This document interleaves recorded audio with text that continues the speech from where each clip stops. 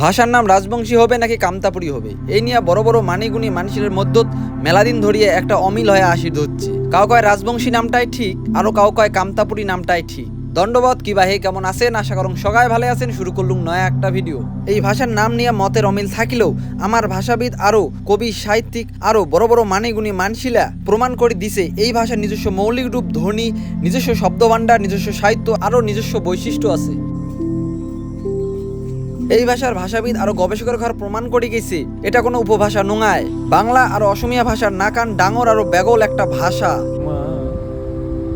দুই কোটি সাওয়া কোলা দাহার কান্দিসি না, তোর সাওয়া আশার বাদে দিছে আয়ো জাহান, তোর ভাষা পাহাইলে মান,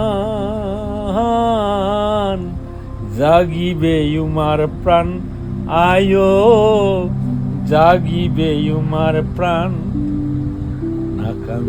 না কান্দিস আয়ো, তুই না শহীদের মা, দুই কোটি সাওয়া কোলা দাহার কান্দিস না। এই ভাষার নাম রাজবংশী নাকি কামতাপুরি, এই বিষয় নিয়ে আলোচনামূলক ভিডিও শুট করিলুম তারামোহন কাকার। আচ্ছা, তোমার কি মনে হয় এই ভাষার নাম রাজবংশী নাকি কামতাপুরি? নিচত কমেন্ট করে জানান তো।